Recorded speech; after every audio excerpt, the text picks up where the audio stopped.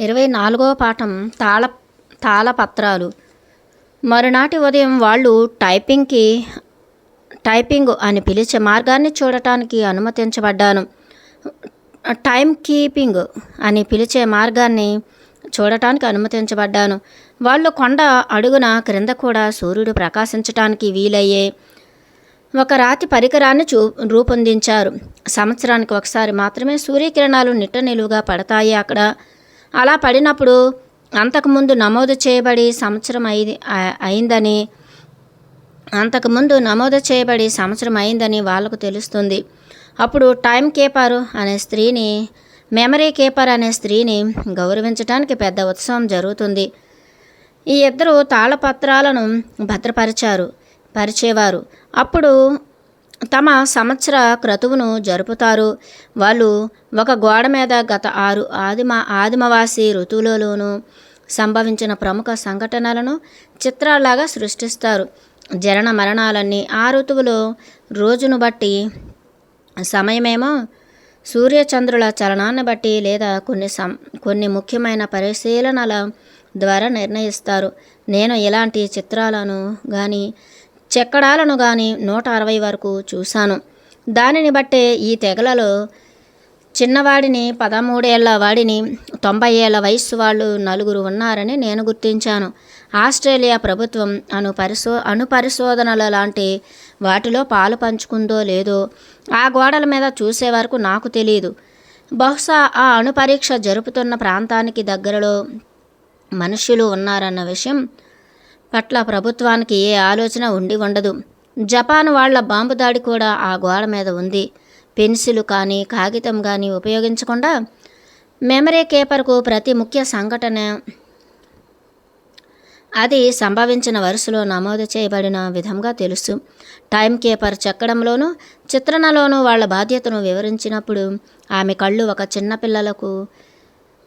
కళ్ళు ఒక చిన్నపిల్లకు నిధి దొరికినప్పుడు ఎంత మెరుస్తాయో అంత ప్రకాశించాయి. ఈ స్త్రీలు ఇద్దరు పెద్ద వయస్సు వాళ్లే. మన సంస్కృతి విస్మరించదగిన, బాధ్యతారాహిత్యపు, నమ్మదగని మూర్ఖులైన పెద్దలతో, వృద్ధులతో నిండి ఉంటే ఇక్కడ అనాగరికలలో మనుష్యులు పెద్దవాళ్లయ్యే కొద్దీ వివేకవంతులై చర్చలలో తమ విలువైన అభిప్రాయాలను వెలిపుచ్చినందుకు గౌరవించబడతారు. వాళ్ళు శక్తికి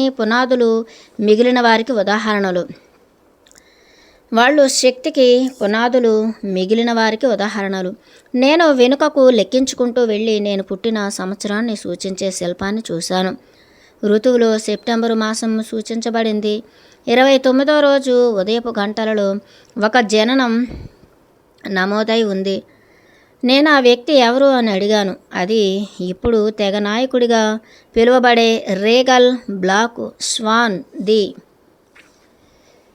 నా నోరు ఆశ్చర్యంతో తెరవబడి మూతపడింది. అదే రోజు, అదే సమయం, అదే సంవత్సరం భూమికి ఇంకో చివరన జన్మించి ఆ జ్ఞానం అంతా ముందే తెలిసిన నాకు తెలియని ఎవరినో కలుసుకునే అవకాశాలు ఎన్నని చెప్పను. నేను ఓటాతో రేగల్ బ్లాక్ స్వాన్తో ఏకాంతంగా మాట్లాడాలనుకుంటున్నానని చెప్పాను. అతను ఆ ఏర్పాటు చేశాడు. చాలా సంవత్సరాల క్రితం రేగల్ బ్లాక్ స్వాన్కు పరివర్తన చెందిన వారి సమాజానికి చెంది భూగోళపు శిఖరం మీద జన్మించిన వ్యక్తిత్వానికి అలవరుచుకున్న ఆధ్యాత్మిక భాగస్వామి గురించి తెలుపబడింది.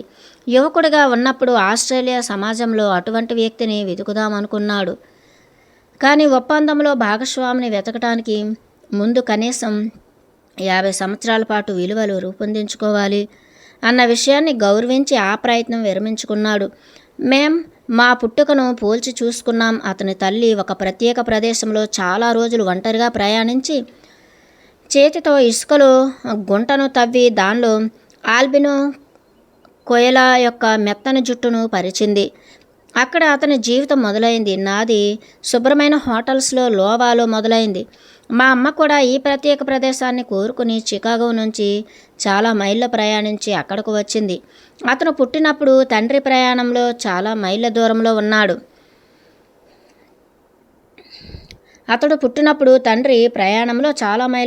ఉన్నాడు. నాది కూడా అలాగే. ఇంతవరకు అతని జీవితంలో ప్రతిసారి మార్పు చెందిన పరిస్థితులను అతను చెప్పాడు. తన తల్లి ప్రయాణ మార్గంలో ఎదురైన అరుదైన తెల్ల కోయిల వల్ల తాను మోస్తున్న బిడ్డ ఆత్మ నాయకత్వం కోసం నిర్దేశించబడింది అని సూచించింది. వ్యక్తిత్వంగా అతను ఆస్ట్రేలియా బ్లాక్ స్వాన్తో అనుసంధానాన్ని అనుభూతి చెంది తరువాత ఆ స్వాన్ను తగిలించుకున్నాడు. నా కోసం రేగల్గా అనువదించాడు. నేను అతనికి నా పేరు మారిన పరిస్థితులు చెప్పాను. నా బంధం కల్పితమా వాస్తవమా అన్న విషయం నేను నిజంగా పట్టించుకోలేదు. అది వాస్తవంలో భాగస్వామ్యంగా మారింది. ఆ క్షణంలోనే మేం ఎన్నో విషయాలు హృదయం విప్పి మాట్లాడుకున్నాం. మేం మాట్లాడుకున్న వాటిలో చాలా వరకు వ్యక్తిగతమే. ఈ రచనలో అవసరమైనవి కానీ అతని స్థిరమైన వ్యాఖ్య నన్ను ఎలా స్పందింపచేసిందో నేను మీతో పంచుకుంటాను. ఈ వ్యక్తిత్వాల ప్రపంచంలో ఎప్పుడూ ద్వంద్వత్వం ఉంటుందని రేగల్ బ్లాక్ స్వాన్ నాకు చెప్పాడు. నేను దాన్ని మంచి చెడు బానిసత్వం స్వాతంత్ర్యం తేల్చుకోవటం అసందిగ్ధంగా అన్వయించుకున్నాను. కానీ విషయం అది కాదు. అది నలుపా తెలుపా అని కాదు. అదెప్పుడు బూడిద రంగు ఛాయలే. మరి ముఖ్యంగా బూడిద వర్ణం అంతా అభివృద్ధి నమూనాలు. వెనుకకు దానిని సృష్టించిన దాని వైపు కదులుతోంది. నేను మా వయస్సు గురించి అతనిని ఏడిపించి ఇది అర్థం చేసుకోవటానికి నాకు ఇంకో 50 ఏళ్ళు అవసరమని చెప్పాను. ఆ రోజే ఆ తర్వాత టైం కీపింగు మార్గంలో రంగులు చిమ్మటాన్ని మొదటగా కనుక్కుంది. ఈ ఆదిమవాసులేనని నేను తెలుసుకున్నాను. పరిసరాల పట్ల వాళ్ళకి ఉన్న గాఢ అనురక్తిని అనుసరించి వాళ్ళు విష రసాయనాలేమీ వాడలేదు. కాలంతో పాటు వచ్చే మార్పులను వాళ్ళు తిరస్కరించారు. కనుక 1000వ సంవత్సరంలో ఉన్న ఎంపిక చేయబడినదే ఈనాటి ఎంపిక కూడా. వాళ్ళు ఆ గోడ మీద కొంత భాగాన్ని ముదురు ఎరుపులు వ్రేళ్లను జంతువుల జుట్టును ఉపయోగించి చిత్రించారు. కొన్ని గంటల తర్వాత అది ఆరింది. నాకు తెలుపు రంగును మట్టి రంగుతో నీటితో బల్లి నూనెతో కలపమని సూచించారు. ఆ మిశ్రమం కలపటానికి సన్నటి పొడవైన చెట్టు బెరడును వాడాం. అది సరిపడినంత చిక్కగా అయినట్లు కనబడినప్పుడు వాళ్ళు ఆ బెరడును గరాటులా మడిచారు. నేను ఆ రంగులను నా నోట్లో పోసుకున్నాను. నా నాలుక వింత అనుభూతికి లోనైంది.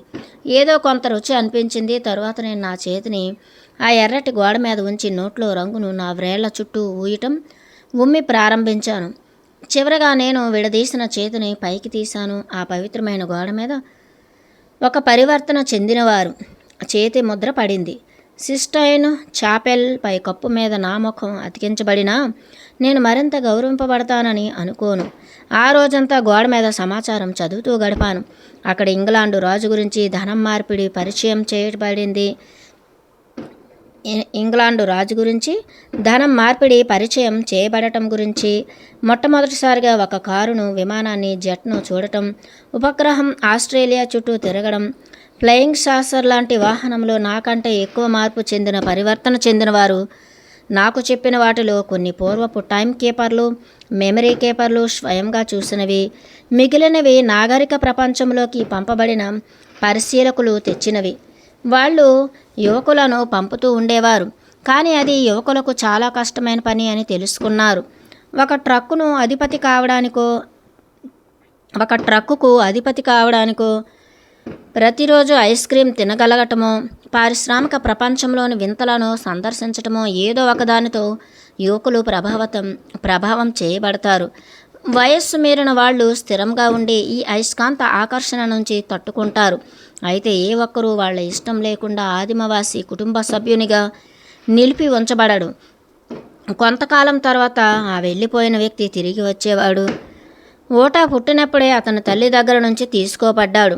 గతంలో అది సర్వసాధారణము, న్యాయబద్ధము. విగ్రహారాధన చేసే వాళ్ళను మార్చి వాళ్ళ ఆత్మలను సంరక్షించటానికి పిల్లలను సంస్థలలో ఉంచి వాళ్ళ మాతృభాష నేర్చుకోవటం కానీ ఏదైనా పవిత్ర క్రతువులు చేయటం కానీ నిషేధించారు.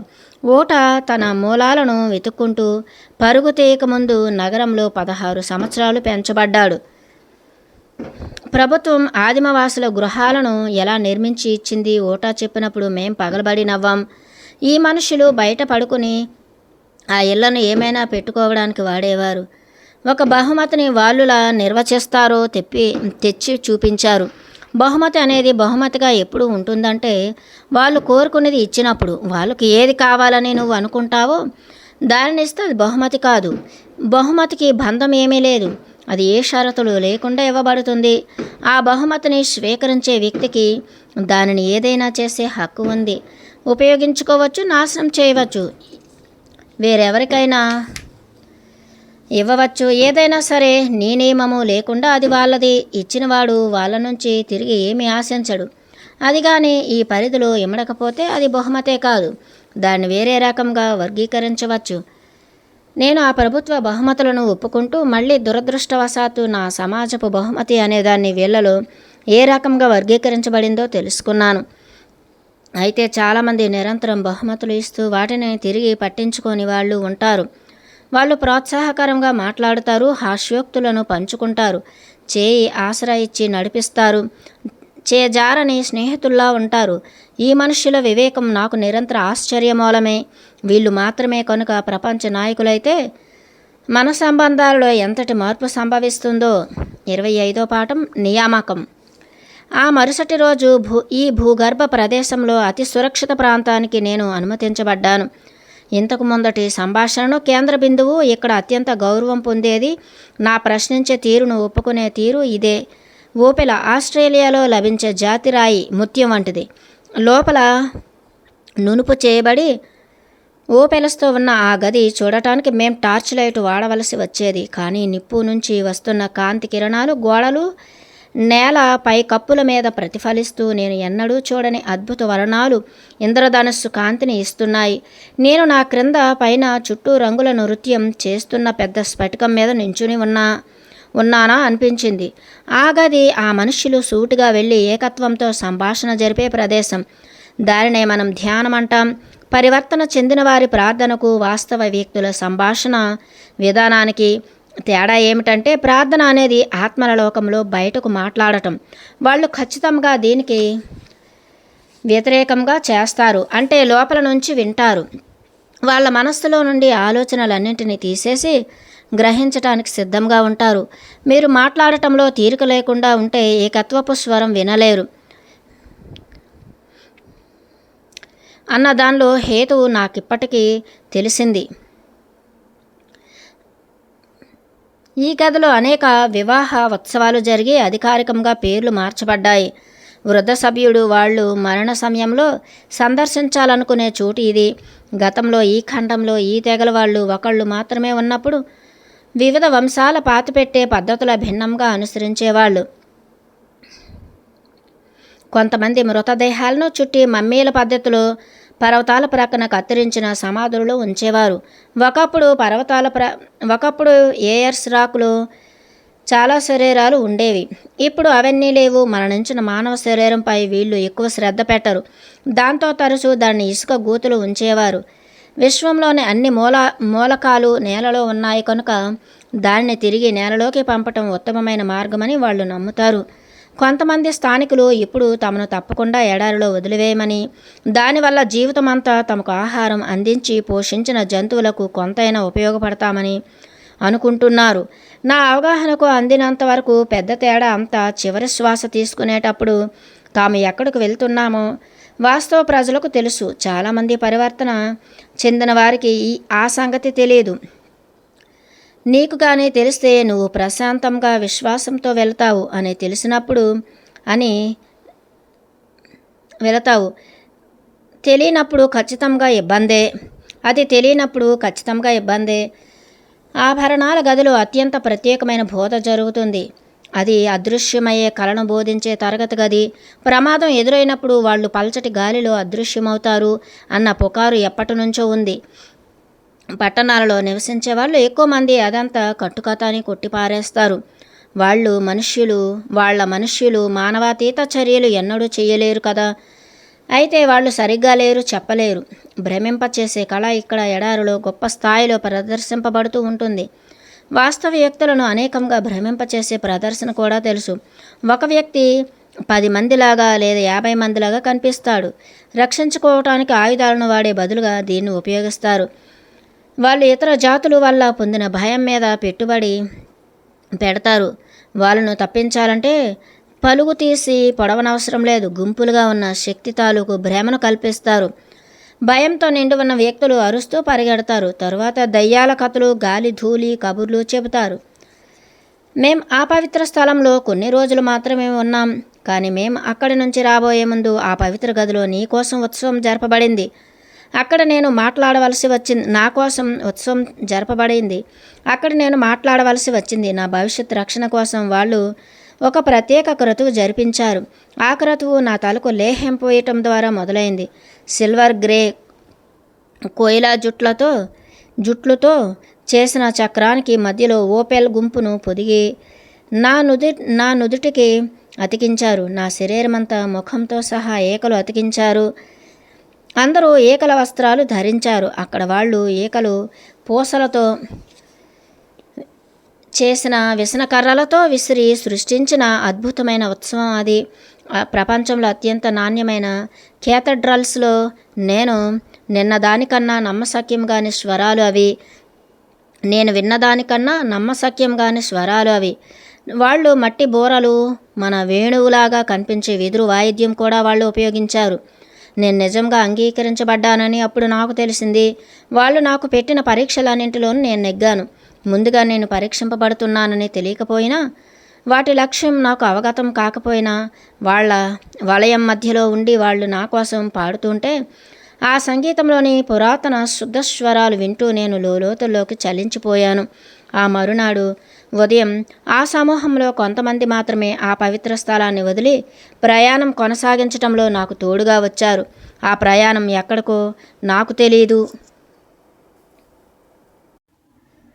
26వ పాఠం పుట్టినరోజు పండుగ. మా ప్రయాణం జరిగేటప్పుడు ఎవరి నైపుణ్యాన్నైనా గౌరవిస్తూ జరిపిన ఉత్సవాలు 2 ఉన్నాయి. ప్రతి ఒక్కరూ ఒక ప్రత్యేక ఉత్సవంతో గుర్తింపబడతారు. అయితే దానికి వయసుతో కానీ పుట్టిన తేదీలతో కానీ సంబంధం లేదు. అది వారి అనితర సాధ్యమైన లక్షణానికి, జీవితానికి వారు అందించిన విషయాలకు గుర్తింపు మాత్రమే. కాలం గడపనివ్వటంలోని లక్ష్యం ఒక వ్యక్తి ఉన్నతంగా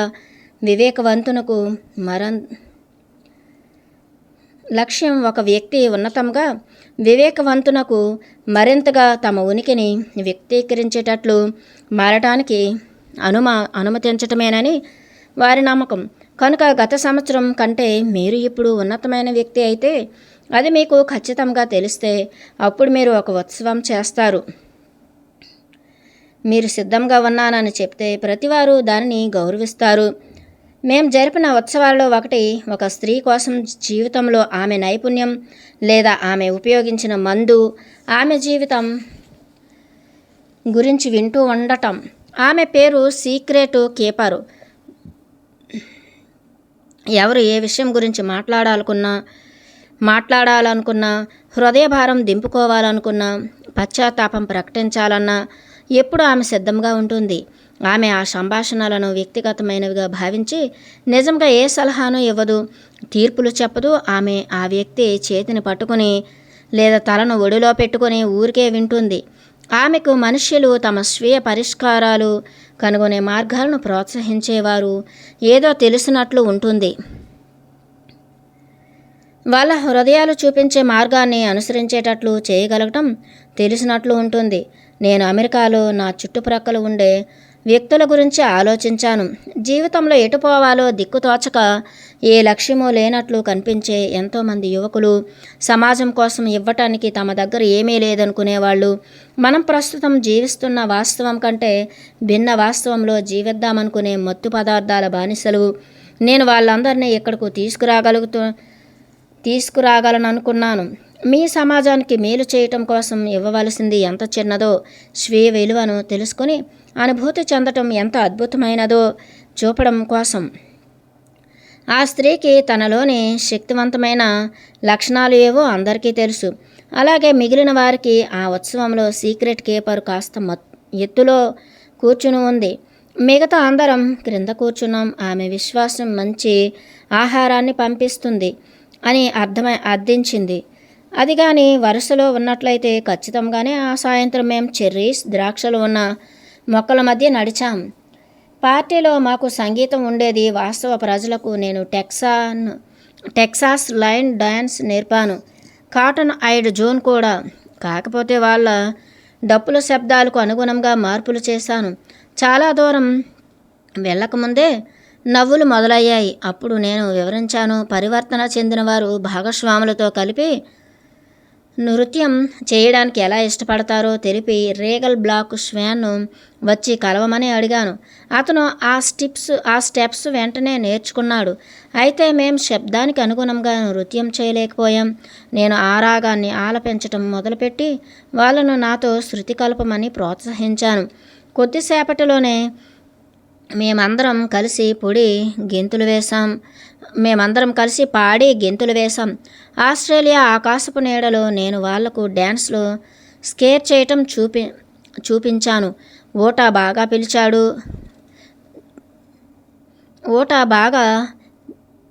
పీల్చాడు. ఆ రాత్రి వాళ్ళు నేను నా సమాజంలో స్వస్థ ప్రక్రియలో ప్రావీణ్యం పొంది ఉంటానని, సంగీత సాధనలోకి ప్రవేశించాలనుకుంటున్నానేమోనని నిర్ణయించారు. నేను ఆదిమవాసుల పేరు తెచ్చుకోవటానికి అది మిగిలిన వాటన్నింటికంటే దగ్గరయింది. వాళ్ళు నాకు ఒకటి కంటే ఎక్కువ నైపుణ్యాలు ఉన్నాయని, వాళ్ళను ప్రేమిస్తానని కనుక్కున్నారు. అంతేకాదు వాళ్ళ జీవిత విధానాన్ని ప్రేమిస్తూనే నా పట్ల నేను విశ్వాసంతో మిగలగలనని కనుక్కున్నారు. దాంతో వాళ్ళు నాకు 2 హృదయాలు అని పేరు పెట్టారు. సీక్రెట్ కీపర్ యొక్క పార్టీలో ఆమె తమ సమూహంలో ఉండటం ఎంత సౌకర్యవంతమైనదో, ఆమె సేవలు ఎంత విలువైనవో చాలామంది వివరించారు. ఆమె వినయంతో వంగి ఆ పొగడ్తను హుందాగా గంభీరంగా స్వీకరించింది. అది గొప్ప రాత్రి. నేను నిద్రపోబోతూ అంతటి గుర్తింపు పొందే రోజును ఇచ్చినందుకు విశ్వానికి కృతజ్ఞతలు తెలిపాను. నాకు కానీ ఎంచుకునే అవకాశం ఇచ్చి ఉంటే నేను వాళ్ళతో వచ్చి ఉండేదాన్ని కాదు.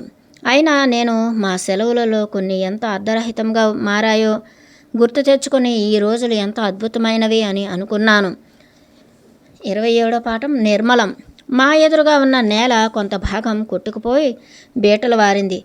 అవి 10 అడుగుల లోతులో కూడా ఉండి మేం సూటిగా నడవడానికి వీలు కాలేదు. హఠాత్తుగా ఆకాశం మేఘామృతమైంది. పెద్ద పెద్ద ఉరుములు, మేఘాలు మా ముందు ప్రత్యక్షమై ఆకాశంలో గిర్రున తిరుగుతున్న చర్యలను చూస్తుండగానే పెద్ద మెరుపు మెరిసే భూమిని తాకింది. దానిని పెద్ద బీట అనుసరించింది. ఆకాశం మెరుపులతో అల్లిన పై కప్పులా ఉంది. ప్రతి ఒక్కళ్ళము తలదాచుకునే చోటు కోసం పరుగులు తీశాం. అందరం తలో దిక్కుకి వెళ్ళినా ఎవ్వరికి ఏ ఆశ్రయమూ దొరికినట్లు అనిపించలేదు. దేశంలో ఆ ప్రాంతం తక్కువ బీడుతో ఉంది. చిన్న చిన్న పొదలు, అక్కడక్కడ చెట్లు, నేలంతా పరిచినట్లు గరికలు. మేఘం భల్లున బద్దలై వర్షం కుండపోతగా కురవటం మొదలైంది. అది దగ్గర నుంచి విడిపడితే రైలు దగ్గరగా వస్తున్నట్లుంది. నా కాళ్ల క్రింద భూమి కంపించింది. స్వర్గం నుంచి పెద్ద పెద్ద నీటిబొట్లు జారిపడ్డాయి. మెరుపు మెరవటము, ఉరుములు శబ్దము నా నాడి మండలాన్ని కుదిపి శ్రద్ధలోకి తెచ్చింది. నేను వెంటనే నా నడుము చుట్టూ వేలాడే తిత్తి కోసం చూశాను. నేను నీళ్ల పాత్రను గోయాన్నాతో చేసిన సంచిని మోస్తున్నాను. దానిలో స్వస్థాస్త్రీ పోగు చేసిన వివిధ రకాల గడ్డి, నూనెను పొడులు ఉన్నాయి. వాటిలో ప్రతిదీ ఎక్కడ లభించింది, దాని ఉపయోగం ఏమిటి అన్నది ఆవిడ వివరంగా చెప్పింది. అయితే ఆమె బాగుపరిచే విధానం నేర్చుకోవటం అనేది మా అమెరికాలో 6 ఏళ్ల పాటు చదివి ఎండి మరి DCDO సంపాదించటం లాంటిదేనని, దానికి అంత సమయము పడుతుందని గుర్తించాను నేను. ఆ శబ్దాల మోతకుండా నేను ఇంకేదో వింటున్నట్లు అనిపించింది. ఏదో చాలా శక్తివంతమైనది, సరికొత్తది, నాకు అంతకుముందు తెలియని శబ్దం. ఓట అరిచి చెప్పాడు,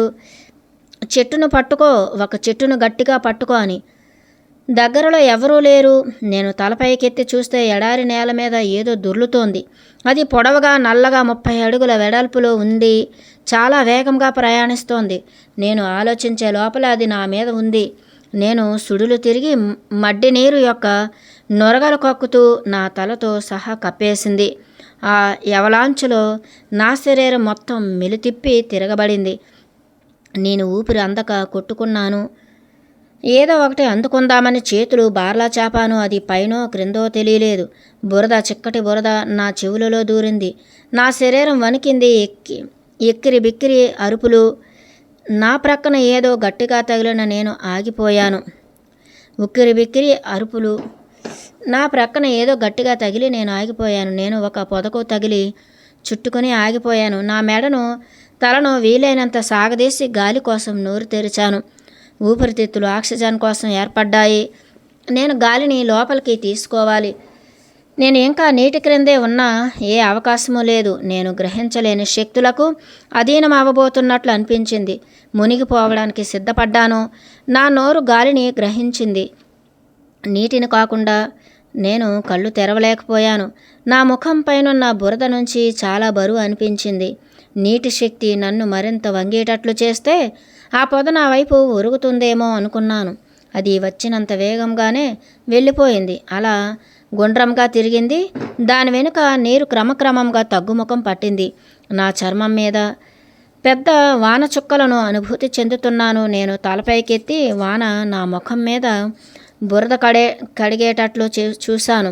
చివరిగా కళ్ళు తెరిచే ప్రయత్నం చేశాను. చుట్టూ చూస్తూ నా కాళ్ళు భూమికి 5 అడుగుల పైన ఉండటం గమనించాను. ఆ బాటలో సగం లోతులు మధ్యగా ఉన్నాను నేను. మిగిలిన కంఠాలు రాబోతున్నట్లు వినిపించింది. నేను పైకి ఎక్కలేను కనుక అడుగుకి జారిపోయాను. నా మోకాళ్ళు కూలబడినట్లయి నేను ఆ కందకంలో తగలబడి కింద పడ్డాను. ఆ కందకంలో తడబడి కింద పడ్డాను. ఆ కంఠాల వ్యతిరేక దిశ నుంచి వస్తున్నాయని నేను గుర్తించి చుట్టూ చూశాను. కొంతసేపటికి అందరము తిరిగి కలిశాం. ఎవ్వరికీ బలమైన గాయాలు తగల్లేదు. మా నిద్రపోయే సమయం దాటిపోయింది. నా ఛాతికి కట్టిన సంచితో పాటు దానిలోని విలువైన వస్తువులతో పాటు మేం వానలో నుంచుని మా శరీరాలకు అంటిన బురద మట్టి తిరిగి నేలలో చేరటానికి వీలుగా వాన నీటిలో తడుస్తూ ఒక్కొక్కరు తాము చుట్టుకున్న వస్త్రాలను తొలగిస్తున్నారు. నగ్నంగా నుంచుని శరీరపు మడతలలో మట్టిని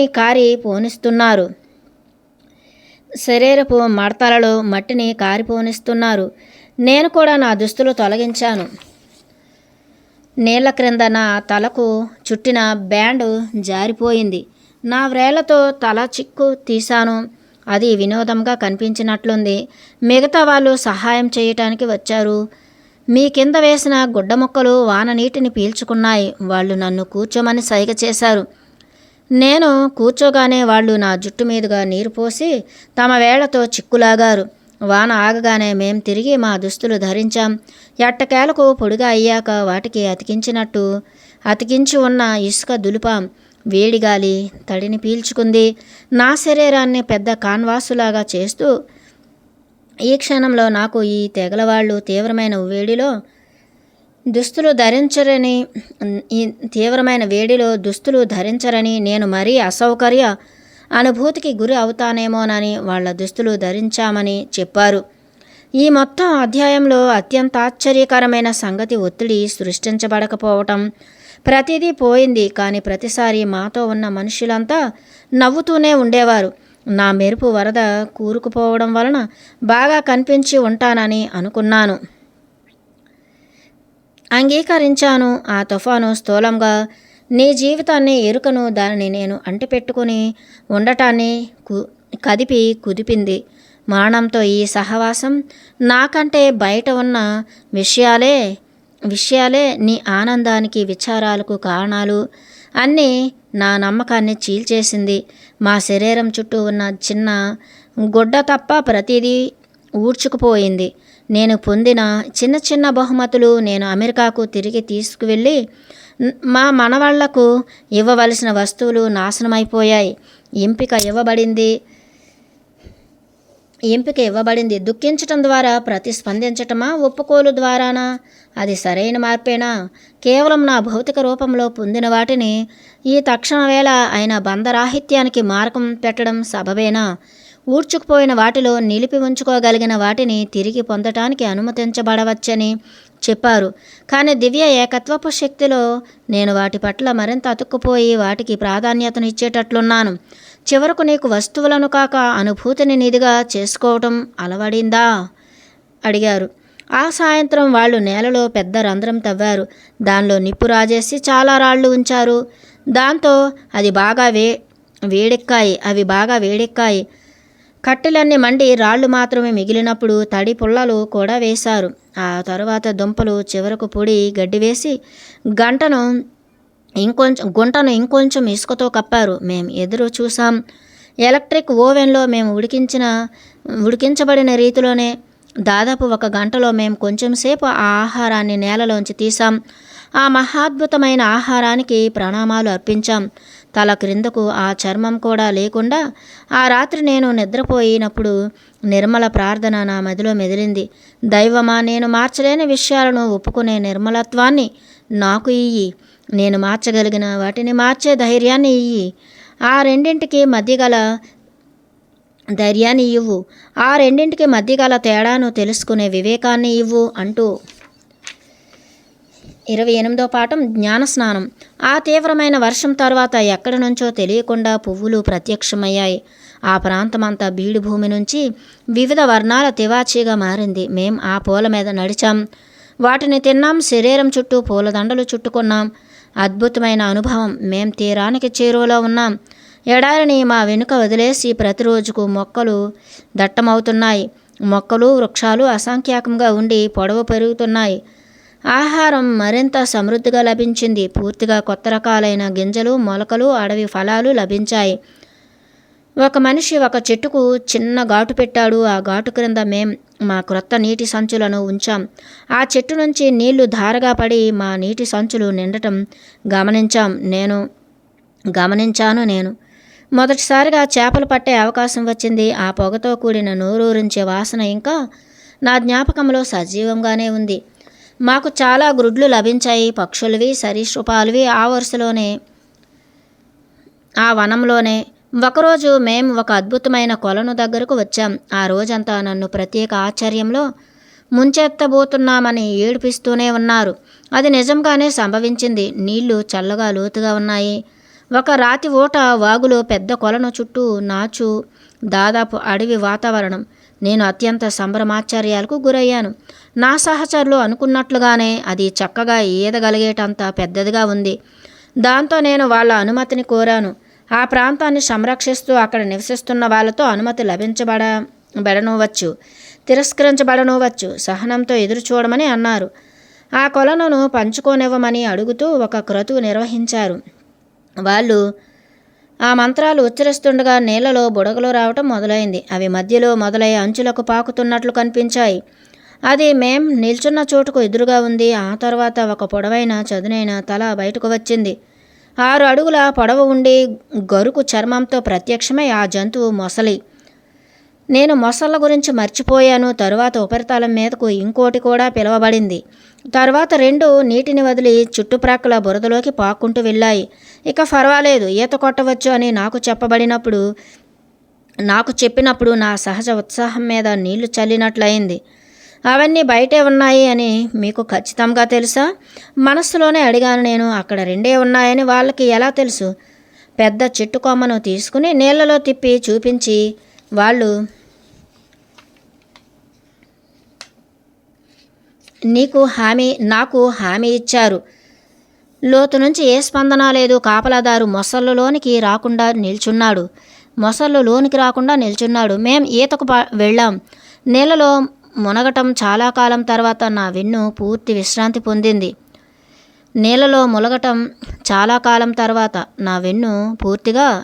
పొందింది. వినటానికి వింతగా అనిపించినా నేను మొసళ్ళ కొలనులో మునగటం ఈ జన్మలో ఇంకోసారి బాప్టిజం పొందినట్లు అనిపించింది. నేను క్రొత్త మతాన్ని కనుక్కోలేదు, కానీ క్రొత్త విశ్వాసాన్ని కనుక్కున్నాను. మేం ఆ కొలను దగ్గర ఆగకుండా ఆ రోజు మా ప్రయాణం కొనసాగించాం. రెండోసారి మాకు మొసలి కనిపించింది. అది చాలా చిన్నది. వాస్తవ వ్యక్తులు మొసలి మాంసం తినరు. వాళ్ళు ఈ సరీసృపానికి ఉద్రేకపూరితమైన కపటమైన ప్రవర్తన ఉంటుందని భావిస్తారు. ఆ మాంసం నుంచి వెలువడే తరంగాలు తమ వ్యక్తిగత తరంగాలలో కలిసిపోయి ఆ వ్యక్తిని ప్రశాంతత కోల్పోయి క్రూరత్వంగా తయారవుతారు. ఏమైనా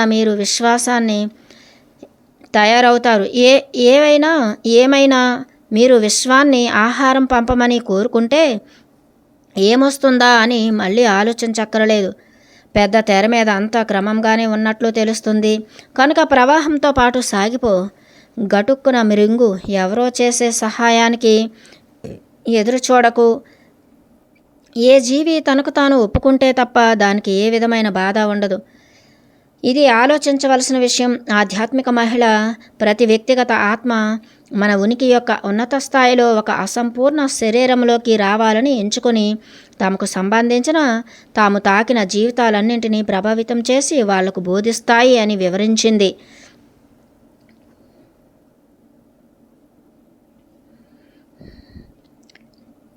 ఆ తెగలో గతంలో హత్యగావించబడిన సభ్యులు జన్మ తీసుకోబోయే ముందు సంపూర్ణంగా జీవిస్తామని అనుకున్నవారే. అయితే మధ్యలో ఎప్పుడో ఇంకొక ఆత్మ జ్ఞాన పరీక్షలో భాగం పంచుకుందామనుకున్నారు. వాళ్ళు చంపబడితే అది శాశ్వతత్వపు స్థాయిలో వారి ఒప్పందానికి సంబంధించిన సంగతి. అనంతత్వాన్ని వాళ్ళు ఎంత సత్యవంతంగా అర్థం చేసుకున్నారనే దానికి సూచిక. దాని అర్థం ఆ చంపబడినవాడు సవాలులో ఓడిపోయాడని, భవిష్యత్తులో ఇంకో చోట ఎప్పుడో పరీక్షించబడతాడని, వ్యాధులు అనారోగ్యాలు అన్నింటికీ ఆధ్యాత్మిక సంబంధం ఉంటుందని. పరివర్తన చెందినవారు కనుక సంసిద్ధతతో ఉండి తమ శరీరాలను విని సంభవిస్తున్న దాని గురించి తెలుసుకుంటే అవి పునాది రాళ్లుగా ఉపయోగపడతాయి. రాత్రి ఆ చీకటి నిరామయ ఎడారిలో ప్రపంచం జీవంగా పోసుకోవటం విన్నాను. నేను నా భయాన్ని అధిగమించానని గుర్తించాను. బహుశా నేను అనిష్టమైన విద్యార్థిగా మొదలుపెట్టి ఉంటాను. కానీ ఇప్పుడు ఇక్కడ ఈ వెనుకబాటున భూమిపై నేల, ఆకాశం, ప్రాచీన జీవనం మాత్రమే ఉండి చరిత్ర పూర్వం నాటి దంతాలు, గోళ్ళు, పొలుసులు ఎప్పుడు ఉన్న భయరహిత వ్యక్తులచే ఆధిపత్యం చలాయించబడే ఈ అనుభవం పొందటం నాకు చాలా మేలైనదేనని ఇప్పుడు అనుకుంటున్నాను. చివరగా నేను ఏ జీవితాన్ని వారసత్వంగా పొందటానికి ఎంచుకోబడ్డానో దాన్ని ఎదుర్కొనేందుకు సంసిద్ధతలో ఉన్నాను. 29వ పాఠం విడుదల. మేము ఇప్పుడు ఎక్కుతూ ఉన్నాం. అంతకుముందు విడిది చేసిన స్థలాల కంటే ఇది ఎత్తులో ఉంది. గాలి తాజాగా గిలిగింతలు పెడుతోంది. నాకు కనబడలేదు కానీ సముద్రం దగ్గరలోనే ఉందని చెప్పారు వాళ్ళు. అది తెల్లవారుజాము. సూర్యుడు ఇంకా పైకి రాలేదు, కానీ చాలామంది అటు ఇటు తిరుగుతున్నారు. వాళ్ళు ఉదయమే నిప్పు రాజేశారు, చాలా అరుదుగా. నేను పైకెత్తిన ఎదురుగా చెట్టు మీద ఉన్న గ్రద్దను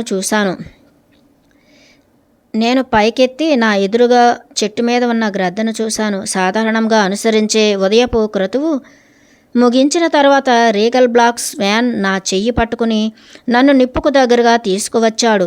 ఆ నాయకుడు ప్రత్యేకమైన ఆశీస్సులు ఇవ్వాలనుకుంటున్నాడని ఊటా చెప్పాడు. అందరూ చుట్టూ చేరారు. చేతులు బార్లా చాపిన వలయంలో నేను నుంచున్నాను. ముఖాలు ఆకాశం వైపు ఎత్తి అందరూ కళ్ళు మూసుకున్నారు. రీగల్ బ్లాక్ స్వాన్ స్వర్గాలతో మాట్లాడాడు. ఊటా నాతో మాట్లాడాడు. ఓ దివ్య ఏకత్వమా, మేము నీ ముందు ఇక్కడ ఒక పరివర్తన చెందిన వారితో నిలబడి ఉన్నాం. మేం ఆమెతో కలిసి నడిచి ఆమె ఇంకా నీ పరిపూర్ణత ప్రకాశాన్ని కలిగి ఉందని తెలుసుకున్నాం. మేం ఆమెను తాకి ఆమెను మార్చాం. కానీ ఒక పరివర్తన చెందిన వారికి మార్పు చెందించటం చాలా కష్టమైన విషయం. ఆమె క్రొత్త లేత చర్మం సహజమైన గోధుమ వర్ణంలోకి మారటం నువ్వు చూస్తావు. ఆమె తలలోని తెల్ల వెంట్రుకల స్థానాన్ని అందమైన నల్ల గిరిజాల జుట్టు వేళ్ళూనుకుంటోంది. అయితే వికార వర్గంలో ఉన్న ఆమె కళ్ళను మేం ప్రభావితం చేయలేకపోయాం. ఆ పరివర్తన చెందిన వారికి ఎంతో బోధించాం. ఆమె నుంచి నేర్చుకున్నాం. వాళ్ళ జీవితాల్లో గ్రేవీ అనేది ఉంది. వాళ్లకు సత్యం తెలుసు. అయితే సౌకర్యం, పదార్థవాదం, అభద్రతాభావం, భయం అనే మందమైన పొరల క్రింద పాతిపెట్టారు.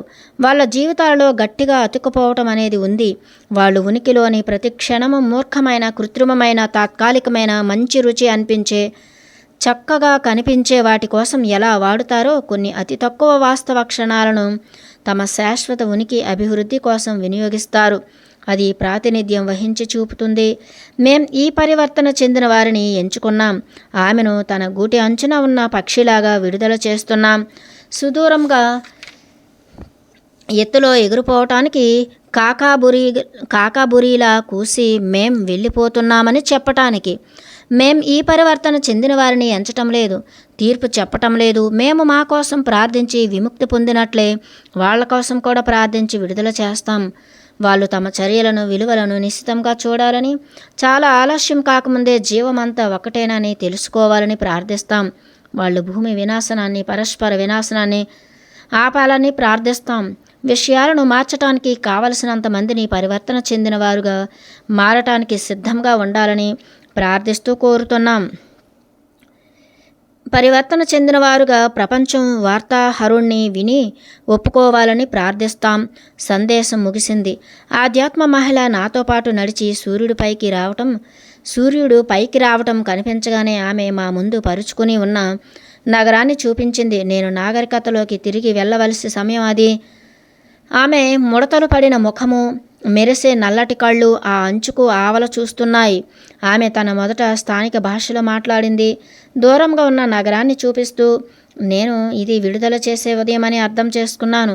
ఆ తెగ నన్ను విడుదల చేస్తోంది, ఆ బోధకుల నుంచి వెళ్ళిపోనిస్తోంది. వాళ్ళ పాఠాలను నేను ఎంత బాగా నేర్చుకున్నాను, అది కాలం మాత్రమే చెప్పగలదు. అదంతా నేను గుర్తుంచుకోగలనా? నేను ఆస్ట్రేలియన్ సమాజంలో తిరిగి ప్రవేశించటం కంటే వాళ్ళ సందేశాన్ని వినిపించటం పట్ల ఎక్కువ శ్రద్ధతో ఉన్నాను. వింతగా ఉంది. మేం మళ్ళీ సమూహం దగ్గరకు వచ్చాం. ప్రతి ఒక్కరూ వీడ్కోలు చెప్పారు. మేము నిజమైన స్నేహితుల మధ్య జరిగే వీడ్కోలు, పరస్పర ఆలింగనం వీడ్కోలు యొక్క విశ్వరూపాన్ని పంచుకున్నాం. నా దగ్గర ఇప్పటికీ లేనిది ఏదీ మేము మీకు ఇవ్వలేం, కానీ నీకు మేం ఇవ్వలేకపోయినా మేం దానిని అనుభవిస్తాం.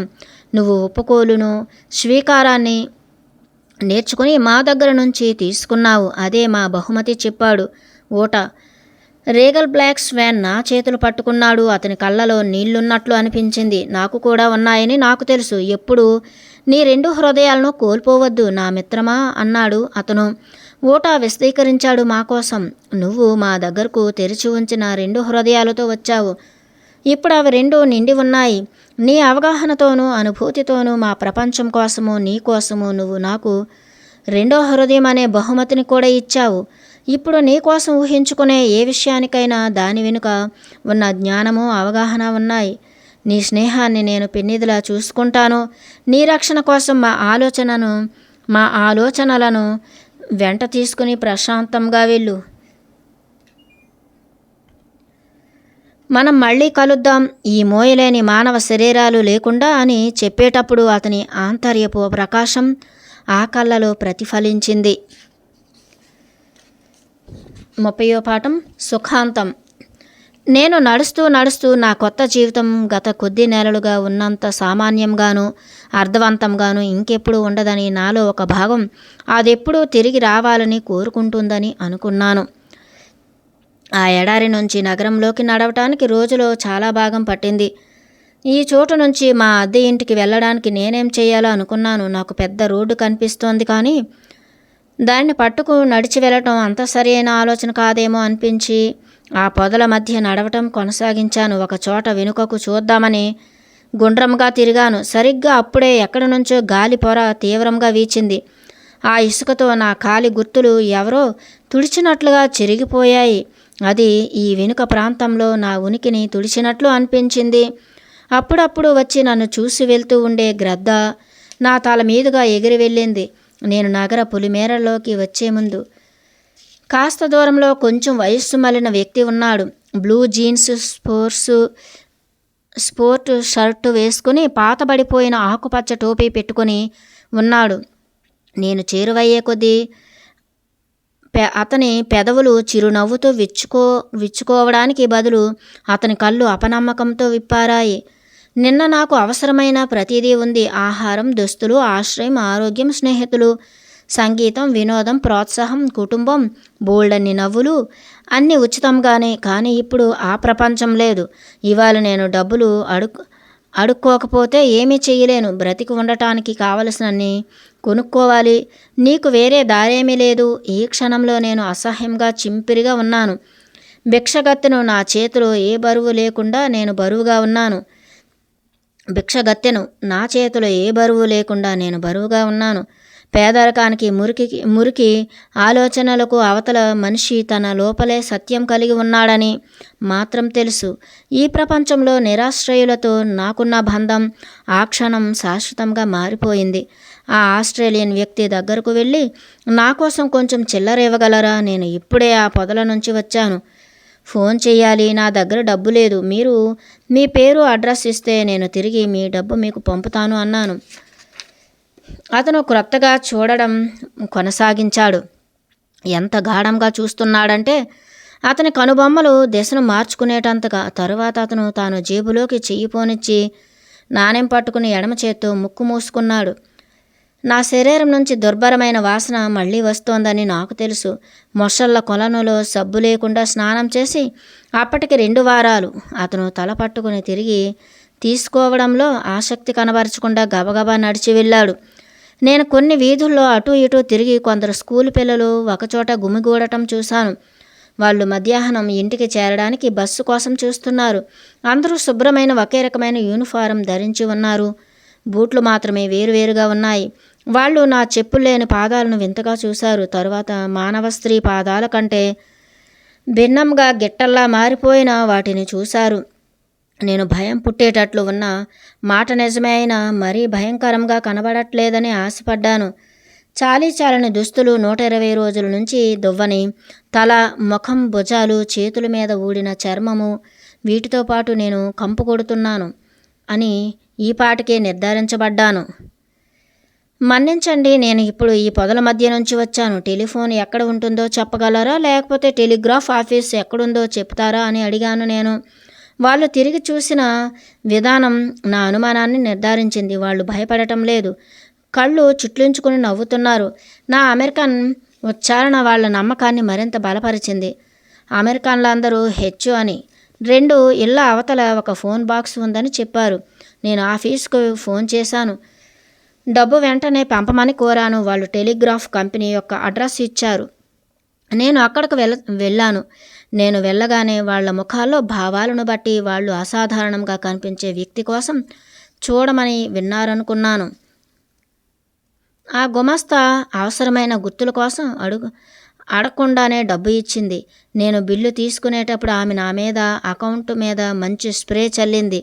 చేతిలో డబ్బులు పడగానే ఒక ట్యాక్సీ తీసుకుని తగ్గింపు ధరలో నా దుకాణానికి వెళ్ళి బట్టలు, షాంపూ, పేస్టు, బ్రష్ మొదలైనవన్నీ కొన్నాను. తరువాత మార్కెట్లో కొన్ని పళ్ళు, పళ్ళ రసాల ప్యాకెట్లు తీసుకున్నాను.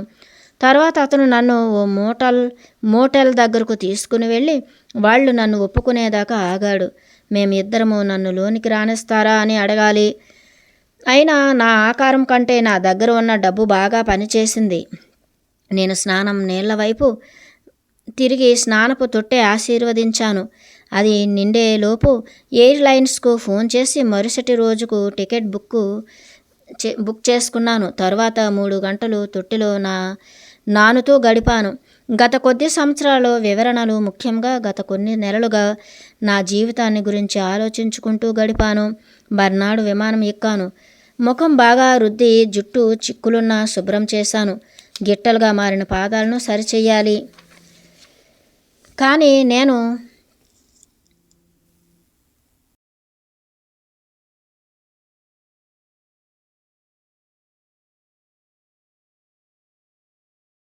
కానీ నేను అద్భుతంగా ఉన్నట్లున్నాను.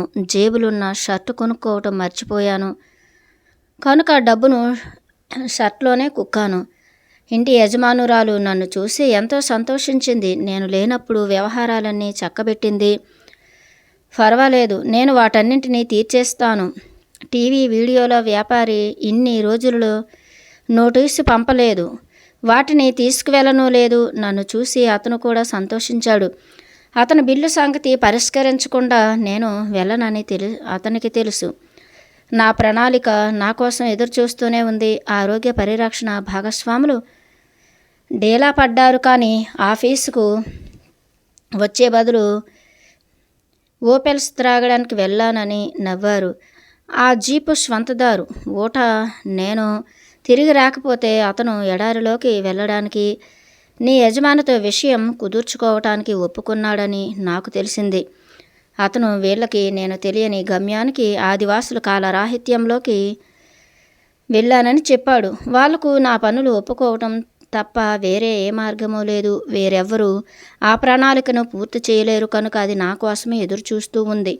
నేను నా కూతురికి ఫోన్ చేశాను. జరిగిందంతా విని తనెంతో సంభ్రమానికి గురైన తేలికపడి నేను కనపడనప్పుడు ఒక్కసారి అసౌకర్యానికి గురి అవలేదని చెప్పింది. నేను నిజంగా ఇబ్బందిలో పడితే తనకి ఏదో రకంగా అర్థమవుతుందని ఆమెకు తెలుసు. గుట్టలుగా పేరుకున్న ఉత్తరాలను చూస్తే గాని క్రిస్మస్కు పరస్పరం ఇచ్చిపుచ్చుకునే శుభాకాంక్షలు, ఇక బంధువులకు పంపి బహుమతులు నేను వదిలేశానని తెలిసింది. క్రిస్మస్ బహుమతులు పంపకపోవటం క్షమార్హం కాదు. ప్యూమిక్ స్టోన్ని వాడి లోషన్ వ్రాసి నానబెట్టి నా పాదాలు మళ్ళీ బూట్లు వేసుకోవడానికి వీలుగా తయారు చేశాను. ఒక సమయంలో విద్యుత్ షాక్ ఉపయోగించి పాదాల మృత కణాలను తొలగించాను. ఆ అసహజ పదార్థాలు రేజర్, మాట్రెస్, టాయిలెట్ పేపర్ల పట్ల కృతజ్ఞత కలిగి ఉండటం చూశాను. నన్ను ప్రేమించిన ఆ తెగల మనుష్యుల గురించి పదే పదే చెప్పసాగాను. వాళ్ళ జీవనశైలిని వివరించే ప్రయత్నం చేశాను. వాళ్ళ విలువలు, ఈ గ్రహం పట్ల వారికున్న అభిమానం, దీనిని పరిరక్షించాలన్న వారి ఆకాంక్షను తెలియచేశాను. పేపర్లో పర్యావరణానికి ఇబ్బంది కలిగినప్పుడు, సంభవించే హానిని చదివినప్పుడు, పచ్చటి పంట పొలాలు తగలబడ్డాయని చదివినప్పుడు అది మంచిదే అని, నిజమే, వాస్తవ వ్యక్తులు వెళ్ళిపోవాలి గదా అనుకునేదాన్ని. ఇప్పుడు దొరికే ఆహారంలో వాళ్ళు జీవించటం కష్టం.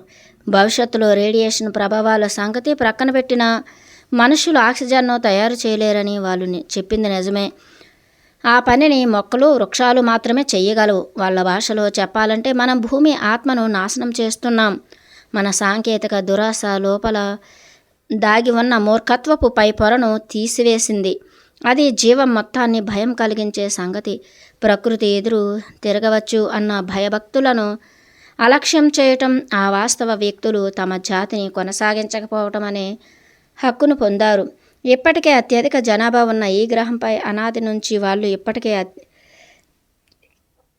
నుంచి వాళ్ళు సత్యసంధులుగా, నిజాయితీపరులుగా, ప్రశాంతమైన మనుషులుగా ఉండిపోయారు. విశ్వంలో తమ సంబంధం పట్ల సందేహం ఏమీ లేకుండా. నాకు అర్థం కాని భాగమల్లా నేను మాట్లాడిన వ్యక్తులలో ఒకళ్ళు కూడా వాస్తవ వ్యక్తుల విలువ పట్ల ఆసక్తి కలిగి ఉండకపోవటం, తెలియని దానిని గ్రహించటము, భిన్నంగా కనిపిస్తున్న దానిని ఆలింగనం చేసుకోవటము భయానకమని నేను గుర్తించాను. అయినా అది మన ఎరుకను విస్తరిస్తుందని చెప్పటానికి ప్రయత్నించాను. అది మన అనారోగ్యాలను, ప్రత్యేక సమస్యలను తగ్గిస్తుంది అని వివరించాను. అంతా చెవిటివాడి ముందు ఊదిన శంఖమే. ఆస్ట్రేలియాను సమర్థించుకునేవారుగా మారారు. గేఫ్ ఒకసారి పెళ్లి ప్రస్తావన తీసుకొచ్చాడు. అతను కూడా ఆ తెగల వ్యక్తుల నుంచి వివేకం ప్రవహిస్తుంటే అవకాశాన్ని ఒప్పుకోలేకపోయాడు. నేను జీవిత కాలానికి సరిపడా అనుభవాన్ని పొందానని, ఇక స్థిరపడి స్త్రీగా నాకు ఇవ్వబడిన పాత్రను ఒప్పుకోమని వివరించాడు. క్రమంగా నేను ఆస్ట్రేలియా వదిలేశాను. ఆరోగ్య పరిరక్షణ ప్రణాళిక ముగిసింది. నా వాస్తవ వ్యక్తుల కథ చెప్పబడకుండా మిగిలిపోయింది. నా ఆత్మ ప్రయాణంలో తరువాత అడుగు నా అధీనంలో లేదని, అది అత్యున్నత శక్తితో నడపబడుతోందని నాకు అనిపించింది. అమెరికాకు తిరిగి వచ్చే విమానంలో నా ప్రక్కన కూర్చున్న వ్యక్తి సంభాషణ ప్రారంభించాడు. అతను మధ్య వయస్సులో ఉన్న వ్యాపారస్తుడు. పగలటానికి సిద్ధంగా ఉన్న పెద్ద పొట్టతో ఉన్నాడు. మేము అనేక విషయాలు మాట్లాడుకుంటూ చివరకు ఆస్ట్రేలియా జీవితాల దగ్గరకు వచ్చాం. అతనికి ఆ వెనుక తట్ట ప్రాంతంలో నేను పొందిన అనుభవాన్నంతా చెప్పాను. అతను శ్రద్ధగా విన్నాడు. అయితే చివరిగా అతను అన్న మాటలు నేను ఏ విధమైన ప్రతిస్పందన పొందుతున్నానో తెలియచేస్తాయి. అసలు ఈ మనుషులు ఉన్నారన్న విషయం కూడా ఎవరికీ తెలియదు. వాళ్ళు కానీ ఒకవేళ వెళ్ళిపోతుంటే వెళ్ళని ఏమవుతుంది? ఎవరైనా ఏ కొంచెమైనా పట్టించుకుంటారని అనుకోను. అంతేకాక వాళ్ళ అభిప్రాయాలు మనకు వ్యతిరేకంగా ఉన్నాయి. ఎక్కడైనా ఒక సమాజంలోని మనుషులు అందరూ సరిగ్గా ఉండకపోవటం కుదురుతుందా అన్నాడు. చాలా వారాల పాటు వాస్తవ వ్యక్తుల పట్ల నా ఆలోచనలను గట్టిగా పొరచుట్టి నా హృదయపు లోతుల్లో పెదవుల వెనుక బంధించి ఉంచాను. వీళ్ళు నా జీవితాన్ని ఎంత గాఢంగా తాకారు అంటే అది పందుల ముందు పన్నీరు చిమ్మితే రాబోయే వ్యతిరేక ప్రతిస్పందనలను ఎదుర్కొనేటంత. క్రమంగా నా పాత స్నేహితులు సహేతుకంగా ఆసక్తి చూపుతున్నారని నాకు అర్థమైంది. కొంతమంది నా అనితర సాధ్యమైన అనుభవాన్ని సమూహాలతో పంచుకోమని అన్నారు. స్పందన అన్ని చోట్ల ఒకే రకం. వినేవాళ్ళు నోటమాట రానట్లు ఉండిపోయేవాళ్ళు. విషయాన్ని గుర్తించిన వాళ్ళు జరిగిపోయిన దాన్ని తిరిగి జరగనట్లు చెయ్యలేం కదా, మార్పు చెందుతుంది అనేవాళ్ళు. వాస్తవ ప్రజల తెగ వెళ్ళిపోతున్న మాట నిజం. కానీ వారి సందేశం మన కోసం వదలబడింది. మన పులుసు, కేకు, ప్లాస్టింగ్ రోజులలో ధోరణులలో కూడా ఆ తెగల వాళ్ళను ఉండమని అనటానికి కానీ, ఎక్కువ పిల్లలుంటే బాగుంటుందని చెప్పటం కోసం కానీ మాట్లాడటం కాదు. అది మన పని ఎంత మాత్రము కాదు. మనం పట్టించుకోవలసిందల్లా వాళ్ళ విలువైన, ప్రశాంతమైన, అర్థవంతమైన విలువలను ఆచరణలోకి తేవటం. మనందరికీ 2 జీవితాలు ఉన్నాయి అని దాని ద్వారా నేర్చుకునేది ఒకటి, ఆ తర్వాత జీవించేది మరొకటి ఇప్పుడు నాకు తెలుసు. మన సహసోదరులు, సోదరీమణులు భయమో, విషాదమో వినే సమయం వచ్చింది. అంతేకాదు స్వయంగా భూమి నొప్పులు భరిస్తోంది. మనం ఇంకో కొత్త దాన్ని కనిపెట్టడం మర్చిపోయి గతాన్ని పునరుద్ధరించటం మీదే శ్రద్ధ చూపితే మన భవిష్యత్తు ఉన్నతంగా ఉండవచ్చునేమో. ఆ తెగల వాళ్ళు మనం ఆధునికంగా కనుగొన్న వాటినేమీ విమర్శించలేదు. మానవుని ఉనికి అంటే వ్యక్తీకరణను అనుభవించటం, సృజనాత్మకత, సాహసం అనే సత్యాన్ని వాళ్ళు గౌరవిస్తారు. అయితే పరివర్తన చెందినవారు తమ జ్ఞానాన్వేషణలో అది కానీ అందరి ఔన్నత్యానికి, అన్ని చోట్ల ఉన్న జీవ ఔన్నత్యానికి అన్న వాక్యాన్ని కలుపుకోవాలని నమ్ముతారు. వాళ్ళు మన వస్తువులను దాచిపెట్టుకోవటాన్ని పునరాలోచిస్తామని, దాని ప్రకారం నడుచుకుంటామని ఆశపడుతున్నారు. మానవజాతి ముందెన్నడూ లేనట్లుగా స్వర్గాన్ని అనుభూతి చేరువైందని వాళ్ళు నమ్ముతారు. మనకు ప్రపంచంలో ప్రతి వ్యక్తికి ఆహారం ఇవ్వగలిగినంత సాంకేతికత, ప్రతి ఒక్కరిని స్వీయ వ్యక్తీకరణ, స్వీయ విలువ, ఆశ్రయం పొందే వీలు కల్పించగలిగిన జ్ఞానం ఉంది. ఎక్కడ ఉన్నా అందరికీ అన్నీ చేయగలం. మనం చెయ్యాలనుకుంటే అంతా సాధ్యమే. నా పిల్లలు, సన్నిహిత మిత్రులు ప్రోత్సాహంతో ఆ అనుభవాన్ని వ్రాయటం మొదలుపెట్టడమే కాక వెళ్ళిన ప్రతి చోట పౌర సంస్థలు, చెరసాలలు, చర్చిలు, పాఠశాలలు అన్నింటిలోనూ మాట్లాడడం మొదలుపెట్టాను. ప్రతిస్పందన వేరువేరుగా ఉంది. కేకేకే నన్ను శత్రువుగా అభివర్ణించింది.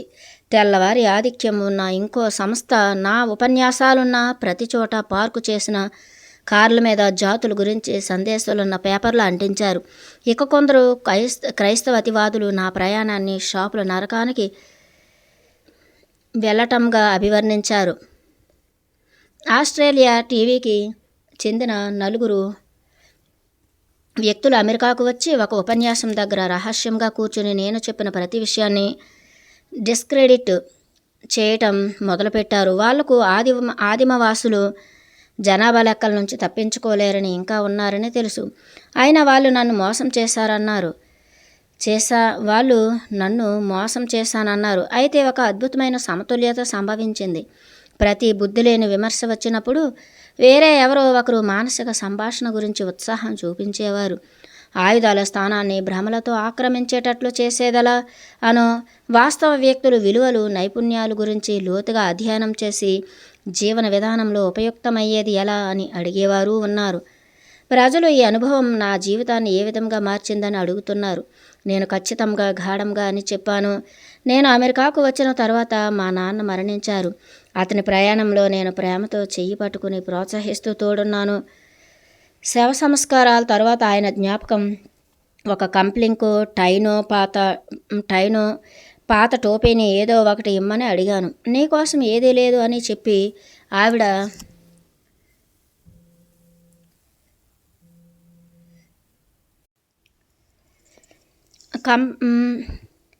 నీకోసం ఏదీ లేదు అని చెప్పి ఆవిడ తిరస్కరించింది. ఒకప్పటిలాగా కోపం తెచ్చుకోకుండా ఆమె ఆత్మను మనసులో ఆశీర్వదిస్తూ చివరిసారిగా నా తల్లిదండ్రుల ఇంటిని నా ఉనికి పట్ల గర్వంతో స్వచ్ఛమైన నీలి ఆకాశం వైపు చూస్తూ నా తండ్రిని స్మరించుకుంటూ వచ్చాను. నా సవతి తల్లి కనుక ప్రేమతో తప్పకుండా ఈ ఇంటి నిండా తల్లిదండ్రుల వస్తువులే, నీ తండ్రి జ్ఞాపకంగా ఏదైనా సరే తీసుకువెళ్ళు అని నేను ఊహించినట్లు ఉంటే నా కోసం ఏ పాఠమో మిగిలి ఉండేది కాదు అని నేను నమ్ముతున్నాను. నా హక్కు తిరస్కరించబడి ద్వంద్వత్వాన్ని గుర్తించినప్పుడు నేను అభివృద్ధి చెందాను. ఒక పరీక్షలో ఉత్తీర్ణత సాధించే విధానం దాన్ని ఒప్పుకోవటమేనని వాస్తవ వ్యక్తులు చెప్పారు. ఇప్పుడు నేను నా జీవితంలో పరిస్థితి ఎంత ప్రతికూలంగా కనిపించినా ఆధ్యాత్మిక పరీక్షలో ఉత్తీర్ణత సాధించే అవకాశం కోసం వెతుకుతున్నాను. జరుగుతున్న దాన్ని గమనించటానికి ఎంచటానికి మధ్య గల తేడాను గమనించగలుగుతున్నాను. ఆధ్యాత్మిక అభివృద్ధికి ప్రతి విషయము అవకాశమేనని నేను తెలుసుకున్నాను. ఈ మధ్యనే నా ఉపన్యాసం విన్నవాళ్ళు ఎవరో నన్ను హాలీవుడ్ నుంచి వచ్చిన వ్యక్తికి పరిచయం చేస్తానని కోరాడు. మిస్సోరాలో జనవరిలో ఒక మంచు కురిసే రాత్రి మేము భోజనం చేసి రోజర్ అతిథులు కాఫీ త్రాగి తింటుండగా నేను గంటల తరబడే విన్నాను. ఆ మరునాటి ఉదయం ఆయన సినిమా నిర్మించే అవకాశం ఉందేమో చర్చించడానికి పిలిచారు. రాత్రి మీరు ఎక్కడికి వెళ్ళారు అతను అడిగాడు. మేం బిల్లు చెల్లించి మా కోట్లు తెచ్చుకుంటూ వీడ్కోలు చెబుతున్నాం. ఎవరో మీ వైపు చూస్తుండగానే మీరు అదృశ్యమయ్యారు. మేం బయట చూసాం. మీరు మాయమయ్యారు. మంచులో పాదముద్ర కూడా లేదు. అవును అని అన్నా నేను.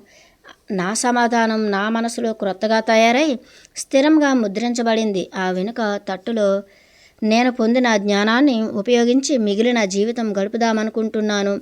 ప్రతిదీ భ్రమ యొక్క ఇంద్రజాలమే. మూటెంట్ జన్యువులతో సహా పరివర్తన చెందిన వ్యక్తి.